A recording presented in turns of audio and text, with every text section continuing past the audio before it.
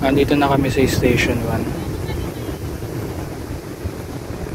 Nilakad namin mula Station 3 dito sa Station 1. Pupuntahan kasi namin yun, yung Willis Rock na yun.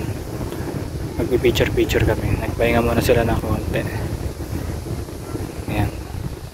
Etong puno na to dati, naalala ko yung puno na yan. Diyan kami sumisilong ni Clarissa. Wala pang katao-tao nun.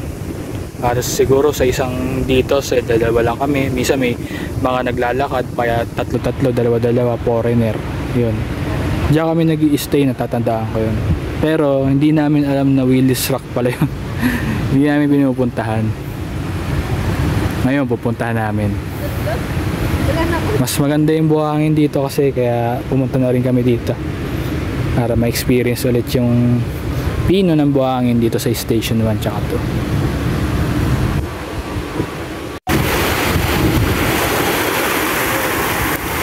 Nakapunta na kami dito sa may Willis Rock.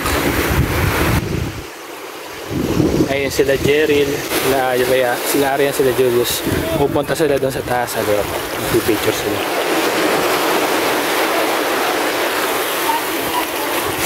Lakad na.